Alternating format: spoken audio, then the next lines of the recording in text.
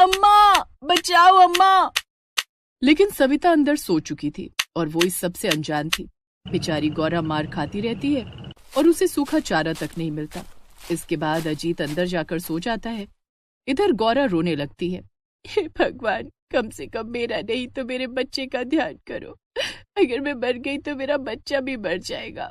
अब तुम ही कोई रास्ता निकालो भगवान। गौरा बेजान सी वहां पड़ी रहती है और आधी रात बीत जाती है। लेकिन तभी वो एक दूसरी गाय की आवाज सुनती है। वाह वाह, क्या सुहानी रात है, कितना सुंदर चांद दिख रहा है।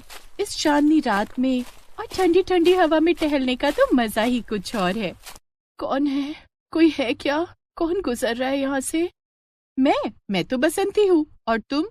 मैं गौरा हूँ और मैं गर्भवती हूँ। मुझे आजाद करो। मेरा मालिक मुझे मारता है, पीटता है और मुझे खाने को सिर्फ सूखा चारा डालता है, वो भी पेट भर नहीं। कल तो उसने मुझे पूरा दिन कुछ नहीं दिया। ऐसे तो यहाँ मेरा बच्चा और मैं दोनों मर जाएंगे। हे भगवान, यहाँ तुम्हारी ऐसी हालत है? तुम चिंता मत करो, मैं तुम्हें अभी आजाद कर दूंगी और फिर तुम मेरे साथ जंगल चलना। वहाँ तुम्हें खाने को हरी भरी घास और पीने को खूब सारा पानी मिलेगा। इतना कहकर बसंती जाती है और जिस रस्सी से गौरा बंधी थी उसे सींग मार मार कर तोड़ देती है। रस्सी टूटते ही गौरा आजाद हो जाती है। बसंती के सहारे गौरा धीमे धीमे जंगल तक पहुंच जाती है। वहां आजादी पाकर और हरी भरी घास देखकर वो बहुत खुश हो जाती है। अरे वाह, इतना सारा खाना और नदी में पीने के लिए कितना पानी है। अब मुझे और मेरे बच्चे को भूख से नहीं मरना पड़ेगा। अब उसे जंगल में रहने को जगह और एक अच्छी दोस्त भी मिल गई थी। लेकिन उधर जब सविता को पता चलता है कि उसकी प्यारी गौरा घर छोड़कर भाग गई तो उसकी तबीयत बिगड़ने लगती है। ये देखकर अजीत भी बड़ा परेशान हो जाता है।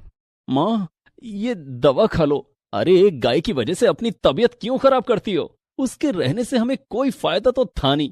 जाती है तो जाने दो ना उसे। चला जाए यहाँ से अजीत, तू मेरा दर्द कभी नहीं समझ सकता और ये सब तेरी ही गलती है। तूने मेरी गौरा के साथ अत्याचार किए। पड़ोसियों ने मुझे सब बताया है।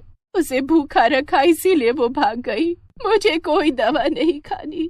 कितनी छोटी सी थी वो जब मैं उसे घर लाई थी और आज वो तंग आकर यहाँ से दूर चली गई। मैं तुझे कभी माफ नहीं करूंगी अजीत, कभी माफ नहीं करूंगी। माँ, ये कैसी जिद है? अजीत सविता को समझाने की बहुत कोशिश करता है लेकिन सविता अजीत की एक बात भी नहीं सुनती। दिन बीतते जाते हैं और सविता की हालत बिगड़ती जाती है। वो दवा नहीं लेती थी। उधर गौरा जंगल में एक सुंदर बछड़े को जन्म देती है। वाह वाह गौरा, तुम्हारा बछड़ा कितना प्यारा है, बिल्कुल तुम पर गया है। अगर मैं वहीं गांव में उस घर में बंधी रहती तो न जाने मेरे बच्चे का क्या होता। बसंती, तुमने तो आकर हम दोनों की जान बचा ली, तुम्हारा शुक्रिया। अरे, इसमें शुक्रिया किस बात का बहन? एक गाय दूसरी गाय की मदद नहीं करेगी तो भला कौन करेगा? गौरा को बसंती के साथ रहना बहुत अच्छा लगता था, मगर उसे अक्सर सविता अम्मा की याद भी आती थी। उधर अजीत उसे पूरे गांव में ढूंढ रहा था। अजीत को अपनी गलती का एहसास हो गया था और उसे अपनी माँ की बहुत चिंता हो रही थी। अब मैं कहाँ ढूंढूं गौरा को? कहीं उसे भी कुछ हो तो नहीं गया? नहीं, अगर ऐसा हुआ तो मैं खुद को कैसे माफ कर पाऊंगा? मैंने सारा गांव तो छान मारा, अब कहाँ ढूंढूं गौरा को? अरे हाँ, जंगल। गौरा वहां हो सकती है, मैं वहीं जाकर गौरा को ढूंढता हूँ।